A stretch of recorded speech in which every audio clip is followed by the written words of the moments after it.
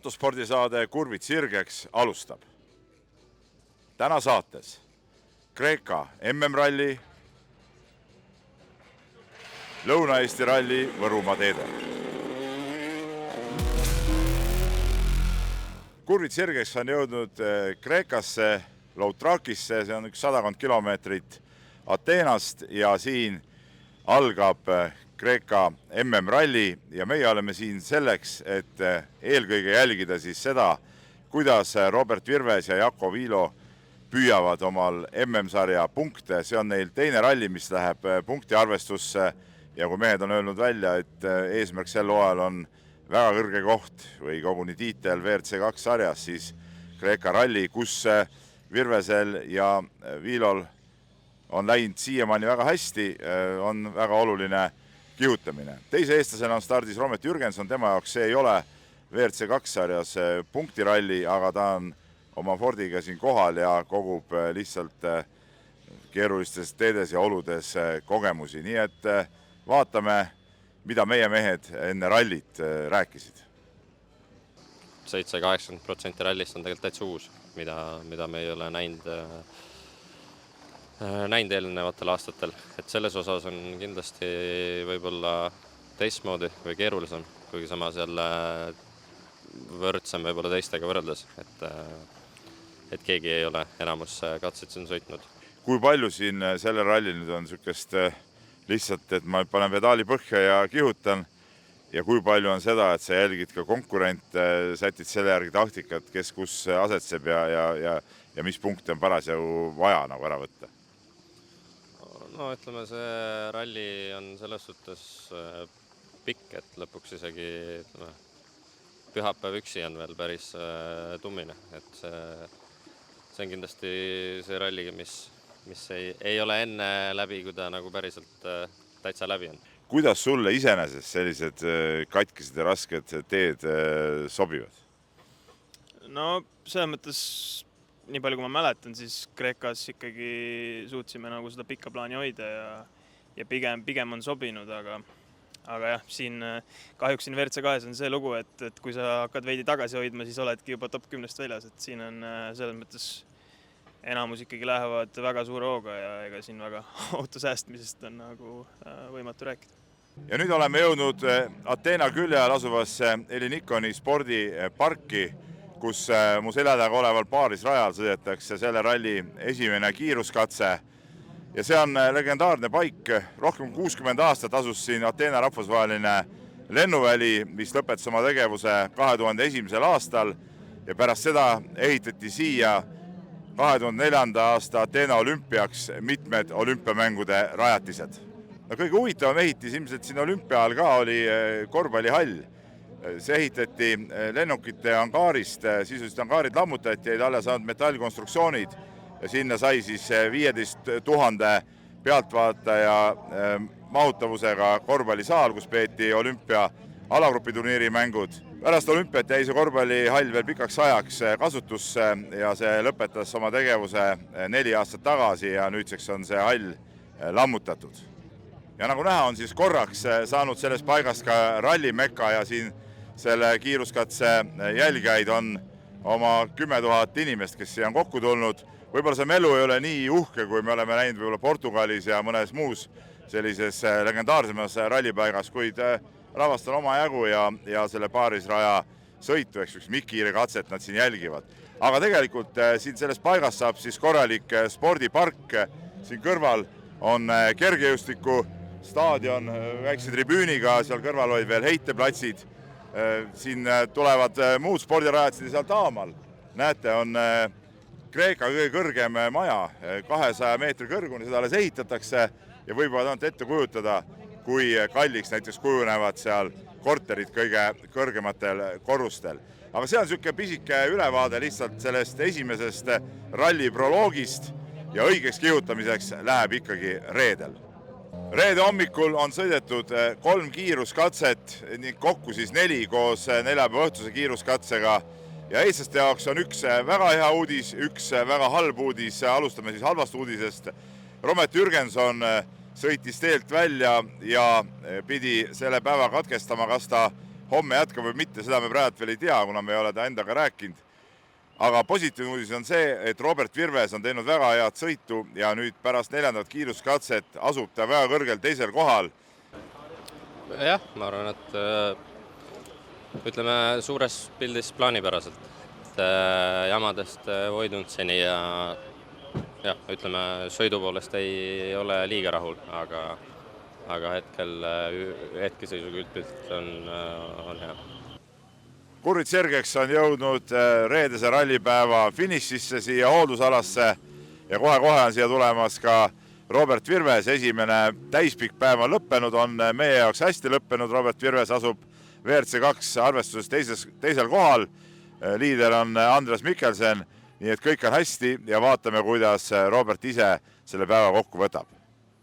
Üldiselt ma arvan väga soliidne päev, et ühtegi murekohta ei olnud ja ühtegi nii-öelda jama ka ei tekitanud, et hommikul oli väike olukord, kus sai sarnaselt nagu Portugalis vastu kivi sõidetud, õnneks oli lahtine kivi, et ei midagi hullu, aga muus osas ma arvan, et sõitsime puhtalt ja nii nagu tahtsime. Ralli tippkonkurentsis on käimas 2 vanameistri duell, avab esimese pika päeva järel, siis juhib Terrine Vill 9,7 sekundiga Sebastian Ogier ees ja need 2 meest jätkavad siis laupäeval juba oma duelli, nii nagu ka Robert Virves jätkab laupäeval WRC2 klassi esikoha eest võitlemist. Laupäevane päev Kreeka MM-ralli on lõppenud, nagu näete, kiskus see päev päris pikaks ja õues on juba pimedaks läinud, kui ralliautod jõuavad hooldusalasse lõpuks tagasi. Ja WRC2 klassis, kus siis Robert Virves võitleb esikoha eest, on seis sisuliselt endine. Andres Mikkelsen juhib ja Virves asub teisel kohal. Kaotus pärast seda päeva on 13,9 sekundit ja keegi tagant enam puhta sõiduga ohtu endast ei kujuta, nii et vaatame, mida Robert rääkis selle päeva kokkuvõttes ja mis mõtted on tal ette vaadates pühapäevasele päevale.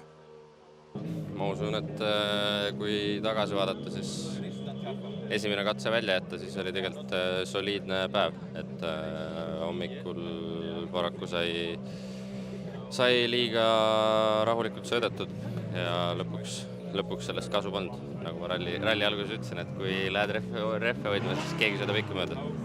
No see vahe nüüd enne pühapäeva on pea 14 sekundit. Mis variante sa näed ja mis taktikaga peaks nüüd pühapäeval peale minema? Päris korralikud katsed on homme jälle, et eriti see esimene. Ma usun, et endiselt juhtuda võib kõike ja hommikul tuleks proovida, vaadata, kas õnnestub lähemale saada.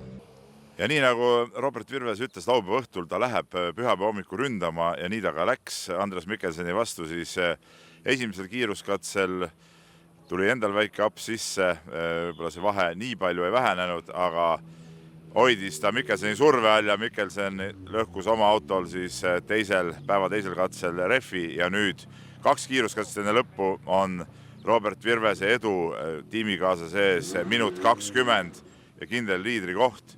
Ja esimesel üsna alguse poole, hästi aeglane parem kurv, gramm hilja pidurdasin ja tahtsin nii-öelda maha võtta, vajutasin sidurit ja jalg läks ühe plastiku ja siduripedaali taha jäi kinni ja siis mul suri auto välja.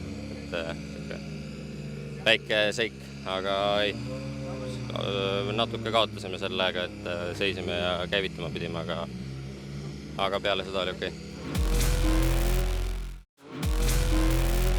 Kreeka MM-ralli on lõppenud ja Kurvit Sirgeks saade oli tunnistajaks, kuidas Robert Virves ja Jakob Iilo võtsid oma selle hooaja teise võidu WRC2 klassis. Vägev võitlus Andres Mikkelseniga, no sisuliselt kuni lõpuni välja. Tunne on ülev? Tunne on ülev, jah, et väga hea meel, et et asi lõpuks niipidi läks, et natuke sama nagu Keeniaga, et siia tuldud sai, siis tegelikult alla selle, ütleme, väga ei soovinud, et lõpuni välja korralik võidusõit isegi sellise ralli kohta, et päris pikad pingelised päevad, et lõppu eelviimasel katsel sõitsime rehvi väljalt maha ja viimase katse esimestes kurvides tundus, et on sama jama, aga lõpuks ei ole, et mingi väike kala tundub ka olevat, et hea meel, et läbi sai. Ja Robert Virvese kõrval siis tema sõitu pidi nii-öelda dirigeerima ja ohjeldama kaardilugeja Jako Viilo ja tema emotsioonid on ka naeru näost siin intervjuus selgelt näha. Ma isiklikult ei lootnud, et võib-olla et nii hästi läheb, et kuna tead, et nii raske ralliga on tegemist, et pigem ma hoidsin nagu need ootused madalal ja mõtlesin, et kui suudame poodiumile sõita, oleks juba väga hästi, aga ei, tuleb väga rahul olla. No su enda närvide mäng seejuures, et kui võit hakkab lähenema, on lugeda kuidagi teistmoodi ka või kuidas sa ennast tunned sel hetkel seal? Ei, eks püüad mitte sellele pigem mõelda, et ma üldiselt lähenen ikka nii nagu igale teisele katsele, et ma ei ole hea nagu hakata selle mõtlema, et mis sind ees ootab võib-olla ja mis saama hakkab, et lähed nii, ma arvan, kõige mõistlikum, et lähed nii peale nagu igale teisele katsele ja teed oma tööd nii hästi kui oskad. Ma nii palju ütlesin Robertile enne katset, et vahe on minut 15 ja et siis teab, et kui peaks rehv minema, et kas siis sõita lõpuni või vahetada, et vahepeal seal küsis ka, et palju veel jäänud on, aga õnneks suutsime enam-vähem normaalse tempoga lõpuni tulla. Teise eestlasena oli siin stardis Romet Jürgenson, teadupärast ta siis avapäeval tegi avarii, sõitis teisel ja kolmandal päeval superralli süsteemis, ehk siis tema jaoks oli tegemist justkui treening või testsõiduga ja nii ta võttis seda ka ise. Sai ruttu läbi jälle ja eks siis tuli hakata mingeid asju leidma, mida siin proovida. Täna ka proovisime erinevaid juppe ja mingit infot tulevikuks, et iseenesest need viimased 2 katset nagu päris okei suund, ma ütleks, et vähemalt midagi tulevikuks, aga veel on palju asju ikkagi, mida minu arvates peaks tegema ja eks sõiduga ka mingeid asju. WRC 2 klassis siis Robert Virves lõpuks selge võitja, Andreas Mikkelsen teine ja Alejandro Cocon kolmas. Väga põnev võitlus käis ka WRC klassis ehk siis ralli üldvõidu nimel.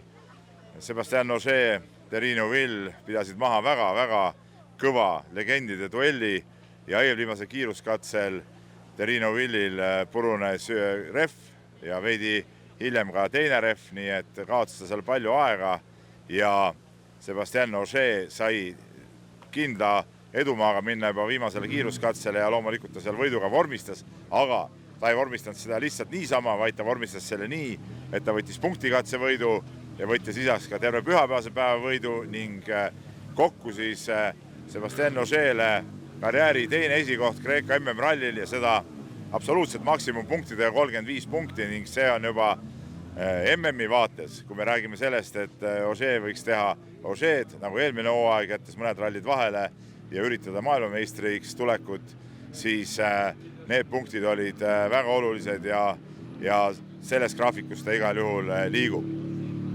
Kurvid sirgeks siinkohal Kreekast lõpetab ja siit liigume juba edasi Lõuna-Eestisse Võrru, kus toimub Lõuna-Eesti ralli. Ja kurvid sirgeks on jõudnudki nüüd Võrru, kus Lõuna-Eesti rallil on sõidetud esimese päeva 4 kiiruskatset ja nagu näha siin taustal kohe Elfin Evans, ainuke WRC auto, kes siin rallil osaleb, on jõudnud õhtusesse ralliparki ja loomulikult, kui ta ainsa WRC autona siin ka sõidab, siis ta on ka ralliriider. Aga meid huvitab kõige rohkem ikkagi ülejäänud meeste heitlus ehk siis Eesti meeste heitlus ja seal on juhtimas Eesti meestest Karl-Martin Volver, teisel kohal on Joosep-Raif Nõgene ja kolmas Egon Kaur ja seal 4-sekundiliste vahedega mehed on, aga see oli kõik tänase päeva proloog. Jah, suures pildis võime öelda, oleme rahul, et eks me kindlasti oleme hetkel nagu sellise enda jaoks nagu targa sõidu ja sellise mitte kindlasti ei pushi praegu, et otsime need auto mõttes seadet, et esimese katse oli üllatavalt libe, et nii libedad nagu ei osanud oodatagi kohe esimese katselt. Meie jaoks kindlasti on Rally Estonia põhieesmärk, et me siin ralli kindlasti nagu sellist full fookus nagu selline nii-öelda võidusõit nii-öelda nagu otseselt nagu ei ole.